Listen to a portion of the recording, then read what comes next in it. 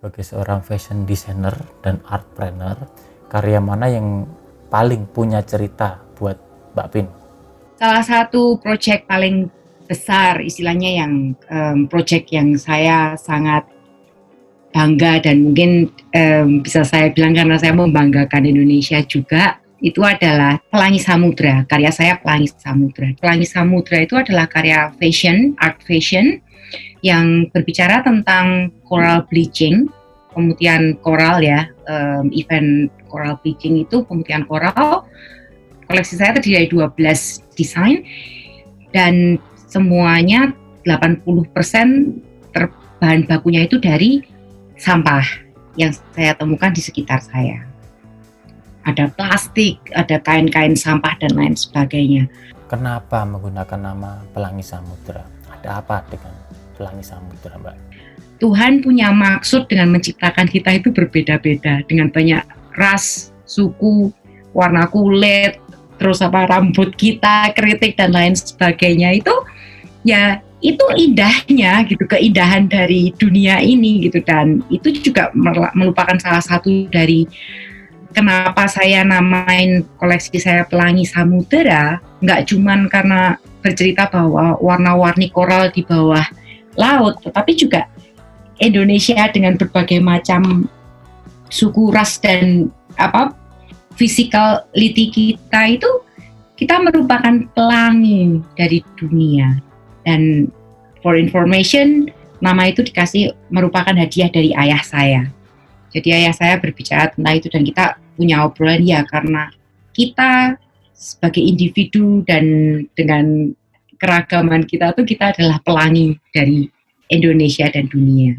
Nggak cuma dari koleksi desain dan lain sebagainya, cuma desain saya dan mewujudkan itu sebagai visual baju desain yang wearable, collectible. Tapi juga penampilnya itu saya nggak mau pakai professional model. Papua merupakan pulau dan daerah yang sangat menginspirasi saya. Ketika karya Pelangi Samudra tampil, model-modelnya itu kebanyakan bukan dari model profesional. Nah, itu atas dasar pertimbangan apa? Karena saya mengencourage wanita-wanita ini dan penonton dan semua yang terlibat, which is yang terlibat itu 80% wanita semua, itu untuk merubah gaya hidup mereka menjadi sehat. Mereka lebih bersyukur terhadap diri mereka sendiri. Karena menurut saya udah ketinggalan zaman banget lah kalau kita bilang cantik atau seksi itu sesuai sama body image dari masyarakat sosial gitu. Yang penting tuh seksi dan cantik itu adalah be yourself. Jadi saya waktu itu buka open recruitment seluruh Indonesia buat siapa aja, dari mana aja, dengan latar belakang apapun, dengan tubuh seperti apapun, siapa yang mau jadi model saya, datang ke Solo. Saya training selama 2 minggu agar siap untuk membawakan koleksi ini dan juga siap untuk menjadi performer. Dan yang membanggakan lagi, Pelangi Samudra koleksi ini membawa saya keliling ke Eropa dan membawa saya sampai akhirnya di Amerika ini. Itu karena Pelangi Samudra itu satu titik balik dalam karir saya. Untuk proyek Pelangi Samudra itu sendiri dimulainya kapan? Tahun 2013 itu dimana saya mulai mendesain dan research lanjut tentang Pelangi Samudra. Semua karya saya itu selalu ada researchnya dan saya harus merasakan. Dan awal membentuk semua karya ini tuh saya sudah bilang, ini nggak cuman fashion, ini art fashion, tapi ini kemasan, di mana modelnya nanti juga harus bisa bercerita. Dan ini nggak cuman bajunya, tapi ini cerita di balik bajunya ini terjadi kenapa. Yang terlibat dari pihak mana saja, Mbak? Saya banyak banget melibatkan seniman-seniman top dari Indonesia, salah satunya almarhum Mbah Besur, terus koreografer Bobby Setiawan, fotografer dan setting design Vasco da Gama. Terus ada Brazilian Jiu-Jitsu dan fighter dari Eagle Eyes. Dan juga saya kerjasama sama UNS untuk labnya, bekerjasama dengan ayah saya dan lain sebagainya. Dari pengalaman Mbak Pinut waktu berproses, ada cerita apa Mbak? Panjang banget sih prosesnya, sampai sekarang pun tidak berhenti. 2016 saya ke Eropa Timur, pulang dari sana saya lanjutin lagi, sampai akhirnya jadi koleksi jadi 12 tadi, dan saya diundang ke Very Fashion Week di Romania. Juga di Berlin. Ada festival di Berlin dan Klagenfurt di Austria. Yang melatar belakangi sisi keindahan dari Mbak Pinut ketika membuat karya bertema Pelangi Samudra itu apa? Salah satu yang pernah dikatakan sama salah satu profesor saya kalau manggil itu papa art, papa dalam kesenian saya, Sardono, dia tuh selalu bilang, karya-karyamu tuh selalu menari dan bergerak. Karena pada waktu kamu menciptakannya, kamu tidak hanya duduk dan sesuai dengan rencana, tapi kamu berkembang terus sesuai dengan pengalaman tubuh dan pengalaman visualmu. Dan setelah saya cerna, ya benar, Pelangi Samudra itu nggak cuman saya menggambar, saya ngelakuin research which is semuanya itu saya lihat sendiri dan saya rasakan. Ada emosi di sana, ada kepuasan visual, keterlibatan emosi di mana saya ini, terus ada spiritual juga. Itu yang membuat karya kita tuh hidup. Kita harus bagi di mana kita punya idealis untuk membuat karya dan bercerita dan menyampaikan sesuatu dari karya kita, which is itu yang kita panggil sebagai seni, dan kita harus punya sisi dari aku dapat uang dari mana, which is kita harus mengembangkan dari kesenian kita itu untuk menjadi sesuatu yang memuaskan consumer. Dan pada waktu saya merencanakan, itu selalu bergerak. Saya tidak mau stick dalam satu hal. Semuanya tuh boleh berkembang, kita tuh tidak boleh statik. Kita tuh harus bisa adjust, menyesuaikan, dan juga beradaptasi. Dari beberapa karya art fashion Pelangi Samudra, salah satu yang menurut Mbak Pinut paling berkesan, yang paling punya cerita, itu apa?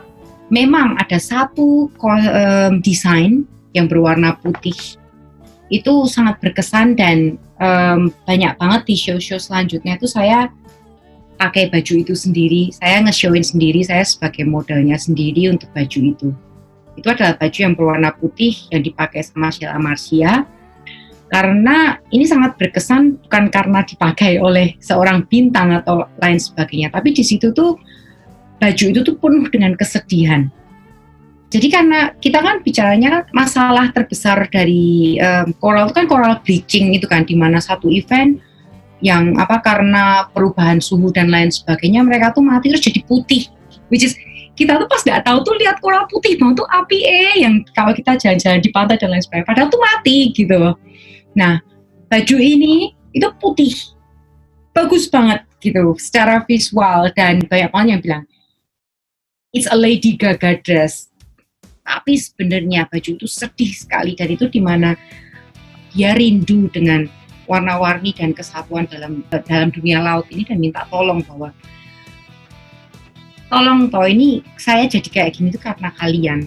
Dan baju itu sendiri benar-benar terbuat dari sedotan bekas yang berwarna putih itu, sponge bekas, spons buat nyuci dan lain sebagainya.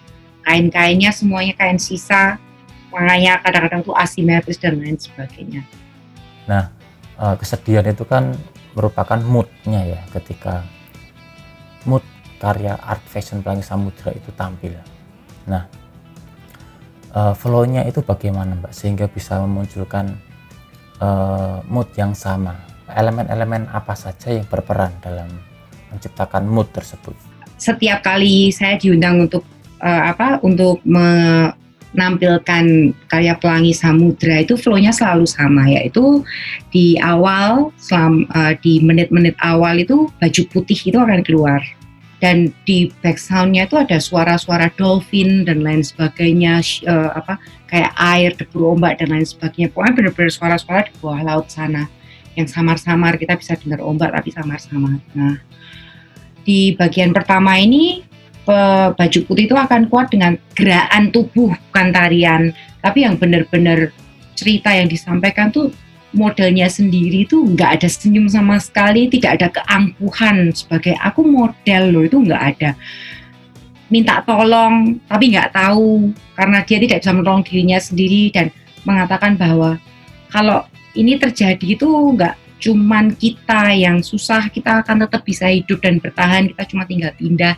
Tapi kalian membutuhkan kami, tapi kami membutuhkan kalian untuk tetap bertahan. Terus dengan musik yang sangat deep dan ekspresi yang sangat deep dari tubuh dan mukanya tanpa ekspresi. Yang pakai baju putih itu selalu lain. Meskipun itu saya sendiri, make up saya akan sedikit lain dari yang lainnya. Yang lainnya sudah penuh warna-warni, make up saya selalu ambil dari titik-titik putih-putih jadi kayak papuan itu, tapi benar-benar cuma satu warna dan selalu figur yang berbeda dari 6 model yang lain.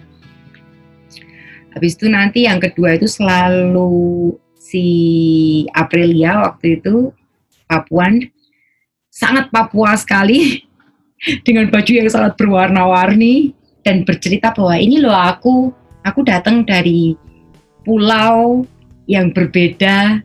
Aku kelihatan beda, tapi aku mau cerita bahwa aku bangga sebagai aku. Dan aku butuh kalian untuk diakui bahwa aku tuh dibutuhkan untuk dunia. Dan itu nggak cuma sebagai orangnya juga, tapi juga menceritakan tentang koral itu. Aku seindah ini loh. Tapi tanpa kalian ya, kalian nggak akan bisa lihat keindahan warna-warni ini lagi gitu. Karena kalian merasa bahwa apa yang kalian berada sekarang, di mana kalian berada sekarang itu udah indah, dan kalian nggak tahu bahwa ada keindahan yang lebih indah dari yang sudah kalian alami, yang sangat mempengaruhi kehidupan kalian. Pada waktu show koleksi karya Pelangi Samudra, apresiasinya seperti apa? Karena saya show kan ada di beberapa tempat ya, tapi saya rangkum aja deh. Jadi dari Net Geo waktu itu show pertama saya, dia langsung datang dan bilang, ini sangat indah sekali dan sangat bercerita. Yuk kita bikin exhibition gitu yang menceritakan tentang ini. Jadi kita kemas. Banyak banget orang-orang Papua yang habis itu WhatsApp saya dan bilang terima kasih karena sudah menyadarkan kita bahwa kita tuh berbeda ya, dan kita itu indah.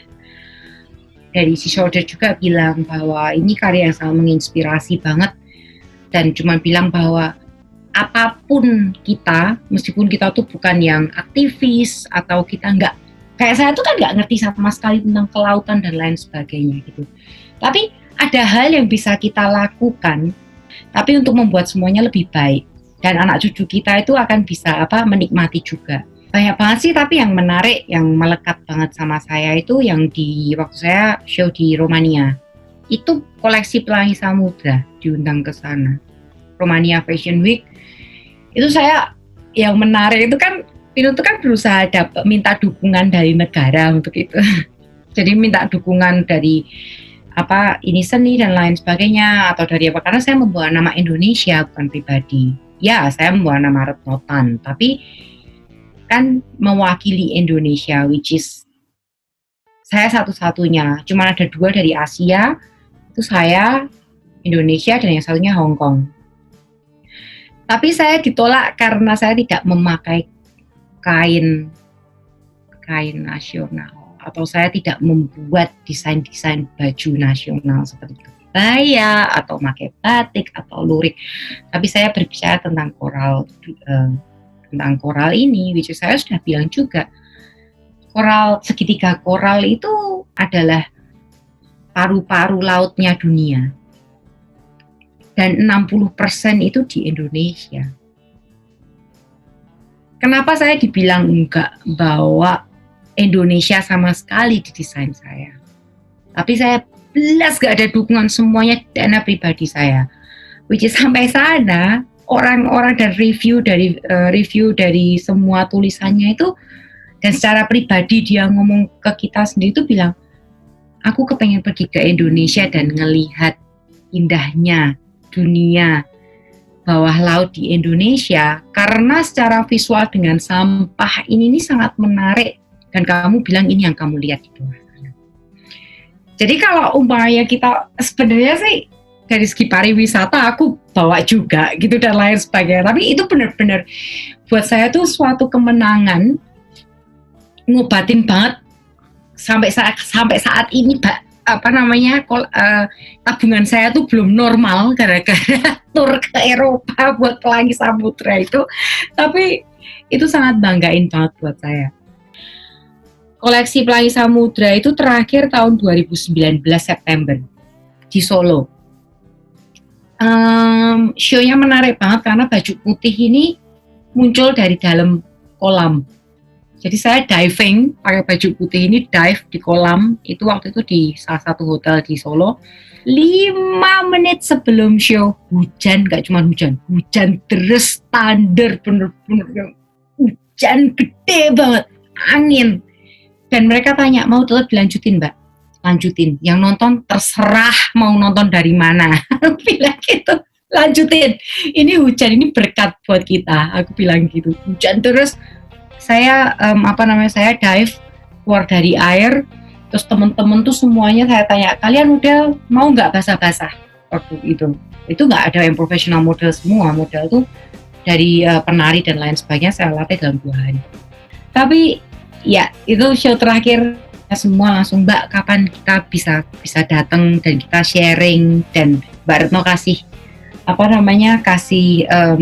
pengetahuan tentang jadi PD itu kayak apa dan lain sebagainya.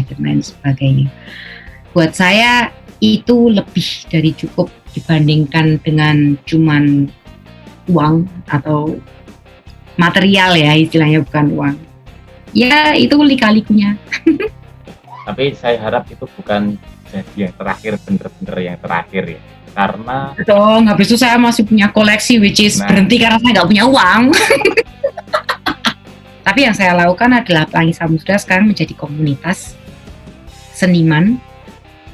Jadi yang kita berbagi tentang pengetahuan tentang laut dan lain sebagainya itu lewat seni.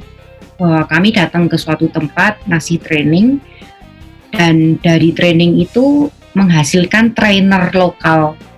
Yang terakhir Mbak, saya minta Mbak Pinut untuk memberikan kata-kata motivasi untuk teman-teman yang tertarik terjun lebih dalam di ranah seni dan desain. Satu pesan yang saya pelajari dan mau saya share itu, apapun yang kamu lakukan, asalkan kamu nggak ngerugikan orang lain, tetap lakuin aja gitu.